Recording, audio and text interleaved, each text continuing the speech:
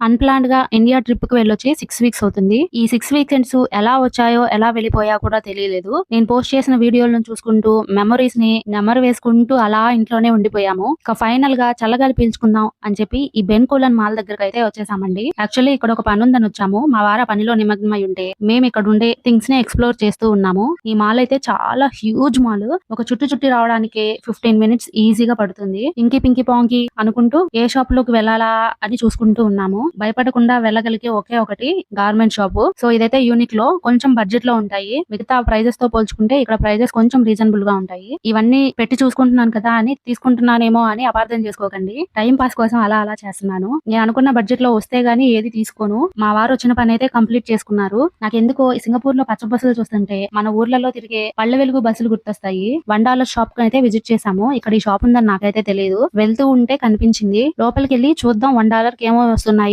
అని విజిట్ చేసాము. చాలా థింగ్సే వస్తాయి. బట్ మనకు అవసరమైనవి చాలా తక్కువగా ఉంటాయి. $1 కదా అని టెంప్ట్ అయిపోయి తీసుకునే వస్తువులే ఎక్కువ ఉంటాయి. తర్వాత వాటిని యూజ్ చేయము, పెట్టము.